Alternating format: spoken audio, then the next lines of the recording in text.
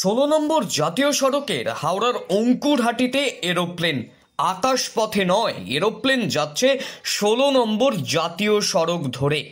ঘটনাটি বিস্ময়কর শুনতে লাগলেও এমনটাই সত্যি। তবে কি এমন ঘটলো যার জন্য এরোপ্লেন আকাশপথে নয়, জাতীয় সড়ক ধরে? জানা গেছে একটি নির্দিষ্ট সময়ের পর এরোপ্লেনের কার্যমেয়াদ ফুরিয়ে যায়, আর সেই প্লেনগুলিকেই বিক্রি করা হয় নিলামের মধ্য দিয়ে।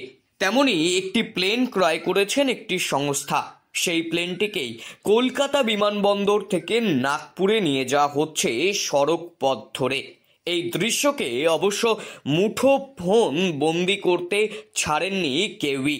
এরোপ্লেনের সাথে সেলফি তুলতেও ভিড় জমান অনেকেই।